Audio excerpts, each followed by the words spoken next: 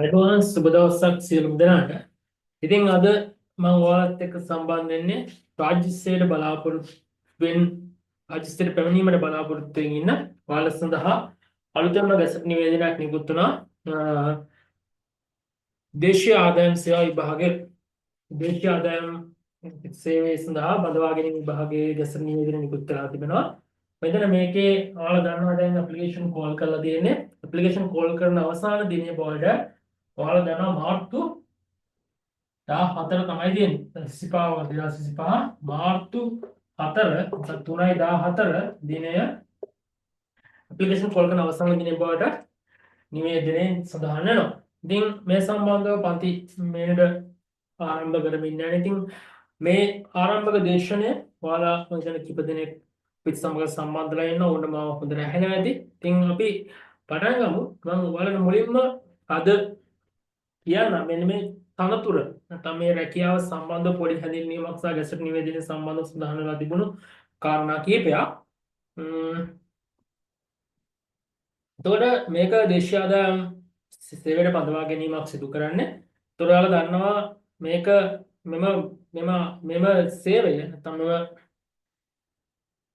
තනතුර ගත්තොත් මේ තනතුර තියෙන්නේ මුදල් අමාත්‍යාංශය යටතේ.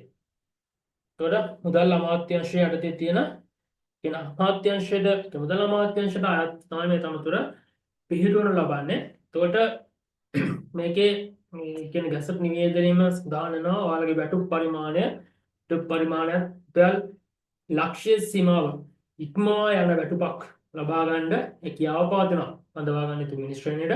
එතකොට ලක්ෂයක සීමාව ඉක්මවා යනවා වැටුප් පරිමාණය. එතකොට මේකේ ඔයාලා දන්නවා ප්‍රශ්න පත්‍ර ගත්තොත් විභාගය සඳහා ප්‍රශ්න පත්‍ර ප්‍රදාන වශයෙන් විෂයන් 3ක් යටතේ ප්‍රශ්න පත්‍ර ලැබෙනවා. එතකොට තියෙන ලිඛිත විභාගයක් තියෙන ලිඛිත විභාගයෙන් පසුව තමයි ඔබ සමග පරීක්ෂණ සඳහා හඳවන්නේ. එතකොට විභාගයේ සඳහා ප්‍රශ්න පත්‍ර 3ක් සකස් වෙනවා. ප්‍රශ්න 3ක් සඳහා ඔබට පෙනී සිටිය යුතු වෙනවා. එතකොට අපි විශේෂයෙන් බලන විශ්‍රාම වැටුප මෙම තනතුර සඳහා අදාළයි. විශ්‍රාම වැටුප අදාළයි. විශේෂයෙන් ගොඩක් අය එක බලන විශ්‍රාම වැටුප තියෙනවද නැද්ද කියන විශ්‍රාම වැටුප සහිත තනතුරක් තමයි මෙම තනතුර. යාගේ වර්ෂ 3ක සාමාන්‍ය රාජ්‍ය සේවය ඕනම රාජ්‍ය සේවයට බඳවා ගන්නත් අපි දන්නවා වර්ෂ 3ක පරිවාස කාලයට රැවට්ට තමයි ඔබ බඳවා ගන්නෙ.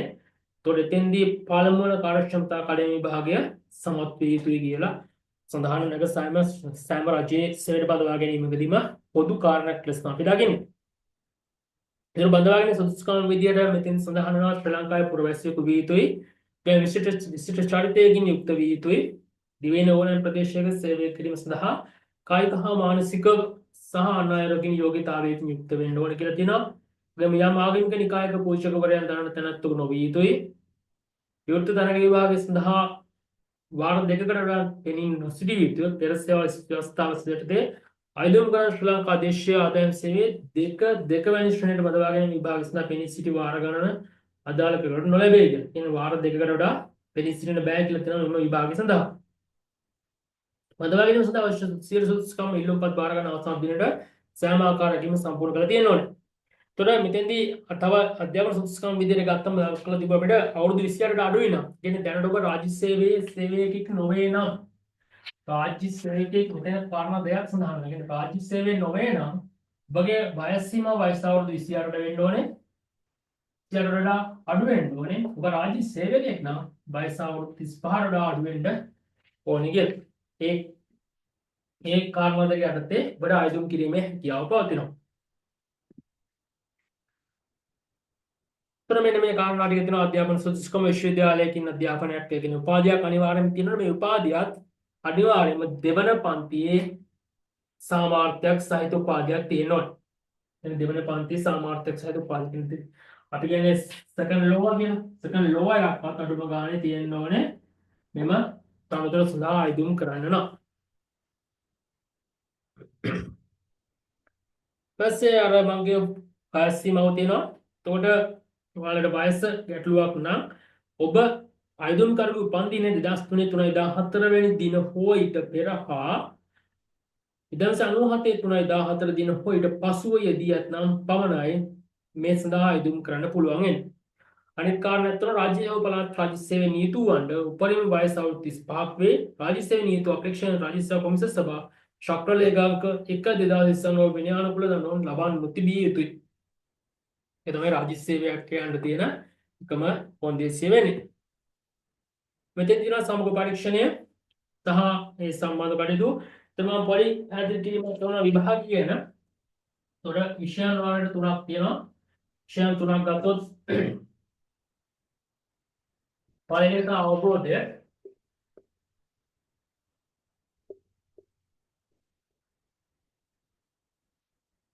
එතකොට අවබෝධ ප්‍රශ්න පත්‍රයක් තියෙනවා.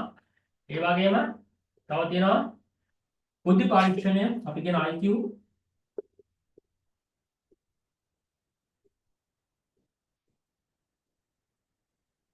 බුද්ධි පරීක්ෂණය අපි IQ කියලා කියනවා. ඊට පස්සේ තියෙනවා සාමාන්‍ය දැනුම. සාමාන්‍ය දැනුම GK. IQ ඊට language කියලා තමයි අවබෝධය language. අවබෝධය language. එතකොට මේ මාතෘකාවේ මේ විෂයන් තුන යටතේ වල ප්‍රශ්න පත්‍රය සකස් කරගෙන ප්‍රශ්න විභාගයෙන් මුහුණ දෙන්න සිදු වෙනවා. හරිද? ඉතින් බලන්න අවබෝධය කියන එක යටතේ මොනවද වලට අහන්න පුළුවන් ප්‍රශ්න කියලා. අවබෝධය කියන එක යටතේ මොනවද අහන්න පුළුවන් ප්‍රශ්න? අවබෝධය කියන එක අහන්න පුළුවන් අපේක්ෂකයන් සතු අවබෝධ කර ගැනීමේ හැකියාව. අපේක්ෂකෙක් සතු අවබෝධ කර ගැනීමේ හැකියාව. ඊළඟ සංනිවේදන කුශලතා. ඊළඟ සාරාංශකරණය. අපි සාමාන්‍යයෙන් රජයේ විභාගයක සිංහල භාෂාව කියන ප්‍රශ්න පත්‍රය තියෙනවා නම් මෙන්න මේ කරුණු අනිවාර්යයෙන්ම එතෙන්දිත් විමසනවා. එන අපේක්ෂිත අවබෝධ කර ගැනීම හැකියාව, ඊට පස්සේ සංනිවේදන කුසලතා, ඊට පස්සේ සාරාංශකරණය, ඊට පස්සේ විවරණය හා නිර්මාණාත්මක බව කියන කාරණා අදාළ වෙනවා. එතකොට මේ ප්‍රශ්න පත්‍රය සකස් වෙන්නේ කොහොමද? වාස්තවික ප්‍රශ්න වලින්. වාස්තවික ප්‍රශ්න වලින් තමයි මේ ප්‍රශ්න පත්‍රය සකස් වෙන්නේ. ඊළඟට බුද්ධි පරීක්ෂණය ගත්තම මේ සෑමකටම ලකුණු 100ක් හම්බ වෙනවා. මේ හැම ප්‍රශ්න පත්‍රයකටම ලකුණු 100 තමයි දෙන්නේ. ඔයාලා විභාගේ සමත් වෙන්න නම් අඩුම ගානේ මේකෙන් 40ක් ගන්න ඕනේ. ඒ කියන්නේ ජොබ් එක ලැබෙන්න නෙවෙයි.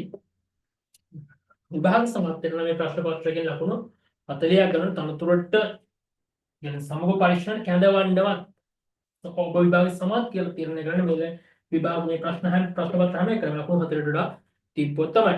උතර බුද්ධි පරීක්ෂණ පේපර් එක ගත්තොත් එතන පැයයි තියෙන්නේ. එතෙන් මම කාලයක් කියනවා මෙතන පැය 1යි මිනිත්තු 30ක් වෙන පැය එකමාරක් තියෙනවා. ඒතර බුද්ධි පරීක්ෂණ පේපර් එකට හරියටම පැයයි තියෙන්නේ. GK නැත්නම් සාමාන්‍ය දින ප්‍රශ්න පත්‍රයට පැයයි තියෙන්නේ. පාලතර දෙකතර බුද්ධි පරීක්ෂණය ගත්තොත් අපි දන්නා තර්කණයේ විශ්ලේෂණයෙන් අවධානය යොමු කරන තර්කණය තමයි බුද්ධි පරීක්ෂණයේදී විශේෂයෙන් බලන්නේ. ඒතර මෙතෙන්දී ඕන් දීලා දෙනවා මාතෘකා ටික. ඒ තමයි තර්කණය, ආදේශනය, අර්ථකථනය, සම්බන්ධතා දැකීම, පරිවර්තනය, ගැටලු විසඳීමේ හැකියාව, හේතුඵල සම්බන්ධතා අවබෝධ කර ගැනීම, පුරවකථනය, තොරතුරු සංවිධානය කියන කොටස් සහ අර්ථ රටා හඳුනා ගැනීම, උපදෙස් පිළිපැදීම කියන කොටස් අදාළ වෙනවා. ඒතර මේ ප්‍රශ්න පත්‍රයේ තියෙන බහුවර්ණ මේ ඒතර බුද්ධි පරීක්ෂණ ප්‍රශ්න පත්‍රය සකස් වෙන්නේ බහුවර්ණ ප්‍රශ්න වලින් තමයි සකස් වෙන්නේ. බොහෝ විට ප්‍රශ්න 50ක් තමයි දෙන්නේ. ප්‍රශ්න ගන්න මෙතෙන් තුනක් කරන්නේ. බොහෝ විට මේ බුද්ධි පරීක්ෂණ ප්‍රශ්නවල ප්‍රශ්න 50ක් දෙනවා පැය කාලය තුල අපිට පිළිතුරු සපයන්න. සාමාන්‍ය දැනුම දැන් ඉස්සරලා අපි දන්න සාමාන්‍ය දිනමත් දෙන්නේ බහුවර්ණ විදිහට. නමුත් වර්තමානයේදී බහුවර්ණ විදිහට නෙමෙයි එක දෙන්නේ. එතන දෙනවා බහුවර්ණ ප්‍රශ්න 30ක් සහ ඊළඟ නිවැරදි පිළිතුරු ලියන ප්‍රශ්න 20ක්. සාමාන්‍ය ප්‍රශ්න 50ක් දෙනවා තවත් පැය කාලය තුල. ඒතකොට එතෙන්දී ඕන් දීලා තියෙනවා මාතෘකා ටික. ඒතකොට ශ්‍රී ලංකාවේ භූගෝලීය පියවීම, දේශපාලනය, ඊට පස්සේ ගත්තොත් තව ඕන්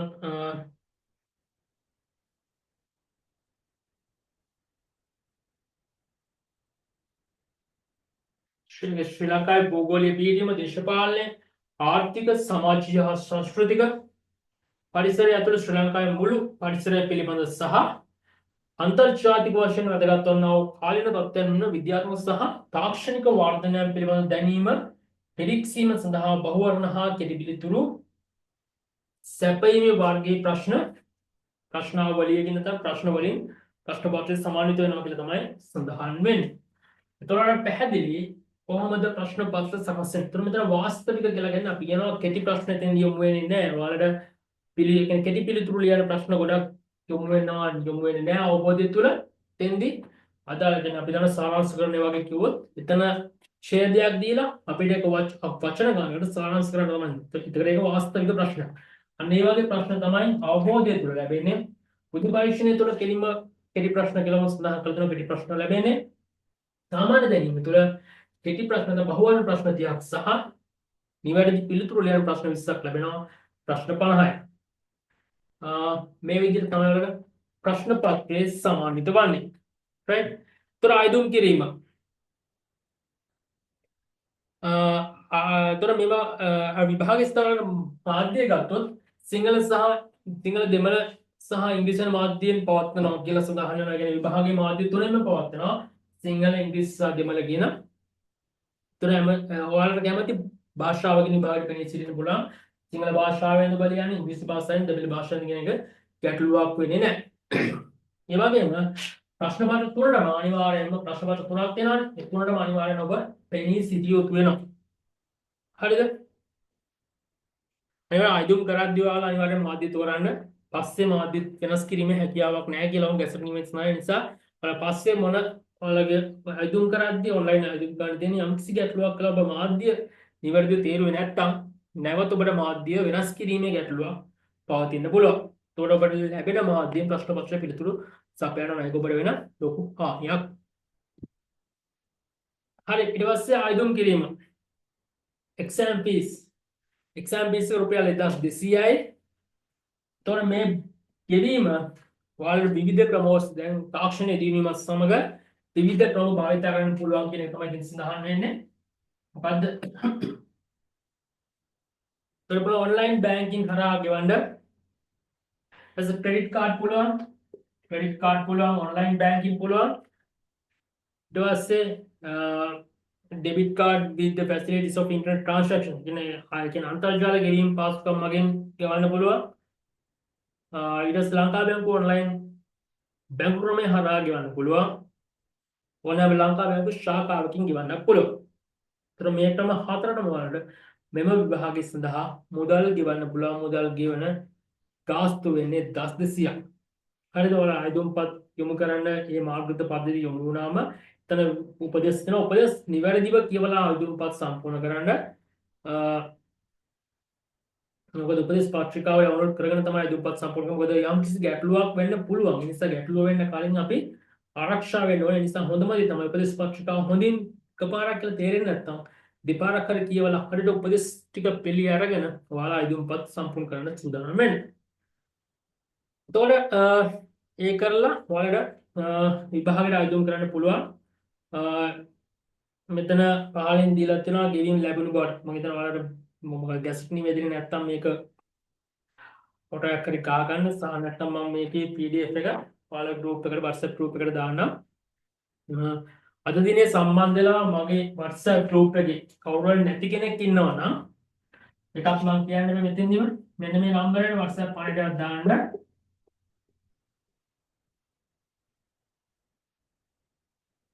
මොකක් කියලාද? දේශීය ආදායම් සේවයේ බඳවා ගැනීම. එහෙම නැත්නම් SLIRS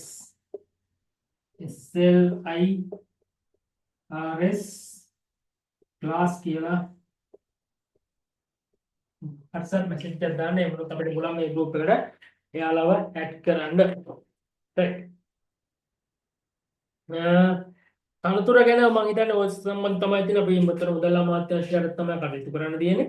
ඒ සම්බන්ධ තියෙන ඒතකොට IQ GK සහ අවබෝධය කියන ප්‍රශ්න පත්‍ර තුනකට අපිට මුහුණ දෙන්න තියෙනවා. අපිට බොහෝ විට මෙයාලා වේකන්සි ගණන් දාලා තිබරනේ වේකන්සි 100ක් තමයි සම්පූර්ණ කරන්න බලාපොරොත්තු වෙන්නේ. ඒතර වේකන්සි 100ක් සඳහා තමයි මේ ආයුධපත් යොමු කරන්නේ. ඒතර ලොකු තරඟකාරීත්වයක් තියෙනවා. අපි හොඳට මුහුණ දෙන විභාග සඳහා එහෙම නැත්නම් මේ විභාගය ඡායාග්‍රහණය කරන්න අපිට අපහසුයි. ඒ වගේම ඉදිරියේදී මම හිතන තවත් විභාගයේ ඉඳ නියමිතයි SLAS ගැසට් වෙන්න නියමිතව තිබෙන බව ආරංචි වෙනවා. ඒ වගේම කළමනාකරන සහකාර සේවයේ දැනට අයිදුම්පත් කැඳවලා තියෙන 2019 අයිදුම්පත් කැඳවපු විභාගයේ බොහෝ විට ළඟදී පැවැත්තේ. ඒ වගේම ඒන් පුරප්පාඩන තනතුරු සඳහා නැවත අයිදුම්පත් කැඳවුවා. ඒ නිසා අයිදුම්පත් යොමු කරන්න ඔබ සූදානම්ින් සිටින්න. ඉදිරියේදී මම හිතන්නේ ලොකු ප්‍රමාණයක් රාජ්‍යශීල පදවා ගන්න සූදානම්ින් ඉන්නවා. එතකොට විශේෂයෙන් මේ තනතුරු සම්බන්ධව ගැන තමයි කතා කරන්නේ. ඔයාලට මොනවා ගැටලුවක් තියෙනවා නම් මගෙන් කමෙන්ට් එකක් හරි දාලා අහන්න. තමතරව කතා කරොත් තනතුරු සම්බන්ධව පන්තිය මෙන්න මේ සතියේ දවස් 3ක් පවත්වන විෂයන් තුන සඳහා. එතකොට මේකත් පොඩ්ඩක් කියන්න. එතකොට මගේ පන්ති පැවැත්වීම මේ ආකාරයට සිදු වෙන්නේ සතියේ දවස් 3යි. සතියකට දින 3ක් පැවැත්වෙනවා. ඒ දින 3ේදී විෂයන් 3 ආවරණය කරනවා. එතකොට පළවෙනිම අපි ගත්තොත් ලැන්ග්වේජ් එක කතා කරනොත් දෙවෙනි සබ්ජෙක්ට් එක IQ සහ GK විදියට අවස් තුනේ මම සබ්ජෙක්ට් තුන කතා කරනවා. ඒක සබ්ජෙක්ට් තුන කතා කරලා ඔයාලව විභාගයට හුරු කරනවා. මොකද අපිට මෙතෙන්දී ඔයාලා GK කියන එක අලුත් වෙන අප්ඩේට් වෙන සබ්ජෙක්ට් එකක්. IQ කියන හරියට තියරි කොටස් හරියට ඉගෙන ගත්තොත් ඉතාමත් පහසුවෙන් කොට දාන්න පුළුවන් සබ්ජෙක්ට් එකක්. IQ කියන්නේ තියරිය හැබැයි හරියට ඉගෙන ගන්න ඕන නිසා ක්‍රම සහ විදි කියන්නේ ඒ අදාළ තර්කණය කරන ක්‍රමය හරියට අවබෝධ කරගන්න හරියට ඉගෙන ගන්න ඕනේ. ඒකල තමයි IQ කියන එක අපිට හඳුනා ගන්න පුළුවන්. ඒතර සංඛ්‍යා රටා ඊපස්සේ විවිධ ක්‍රම තියෙනවා. විවිධ සංඛ්‍යා රටාවල් විවිධ ආකාරයට විසඳන්න පුළුවන් ක්‍රම තියෙනවා. ඉතින් මේ ක්‍රම නිසියාකාරව අපි හදාගත්තොත් සහ හඳුනාගත්තොත් අපිට පුළුවන් විභාගي තමයි සාර්ථකව කොට දාගන්න. අවබෝධය කියන එක ගත්තත් අවබෝධය කියන එකේ අපිට තියෙනවා ගොඩක් වැඩියක් කරන්න. සිංහල භාෂාව පිළිබඳව අපි දැනගන්න ඕනේ. ඉතින් භාෂා දැනුම තමයි යන්නේ. සිංහල දෙමළ හෝ ඉංග්‍රීසි හොයල කොමන භාෂාවකින් බාගෙන වෙනිස්ත ඒ භාෂාව තුළ ඔබ තමයි අවබෝධය ලබා ගන්න. ඒ භාෂාවට අදාළව තමයි අවබෝධය කියන කොටස වල නිර්මාණය වෙනවා. සිංහල භාෂාවෙන් නම් ඔබ විභාගයට වෙනිස් සිටින්නේ. ඒ තුළ තමයි අවබෝධය සකස් වෙන්නේ. තර අවබෝධයෙන් කොටසදී අපි කියන අපේ කතාවේ සාරාංශකරණය සංනිවේදන කුසලතා මෙන්න මේ වගේ දේවල් කියන සංනිවේදන හැකියාවන් ඒ වගේ දේවල් දියුණු කරගන්න අවශ්‍ය වෙන අවබෝධ කරගැනීමේ හැකියාව මෙන්න මේ දේවල් අපි ප්‍රගුණ කරන්න ඕනේ. මේ දේවල් වලට අපි අභ්‍යාස නිතර සිදු කරලා මේ දේවල් සාර්ථක කරගන්න ඕනේ. පැහැදිලිනේ? එතකොට තවත් ප්‍රශ්නයක් තියෙන්න පුළුවන්. එක දෙයක් කියන්නේ මේ ක්ලාස් එකේ ෆී එක ගැන ඒක මම හිතන්නේ මම ඔයාලා ගෲප් එකේ දැනුවත් කරනවා. අපි එහෙනම් අද දවසට මම මෙතනින් නවතින්න. අපි හෙට දිනේ මම හිතන්නේ අපේ පාඩම පළමු පාඩම කියන්නේ GK අපි පටන් ගන්නවා. ඉස්සෙල්ලාම පළවෙනි දවසේ GK ප්‍රශ්න පත්‍රය සාකච්ඡා කිරීම අපි හෙට දිනේදී ආරම්භ කරමු. එහෙනම් හෙට දිනේදී සම්බන්ධයෙන් බලාපොරොත්තු වෙන සියලු දෙනාම සුබ දවසක්.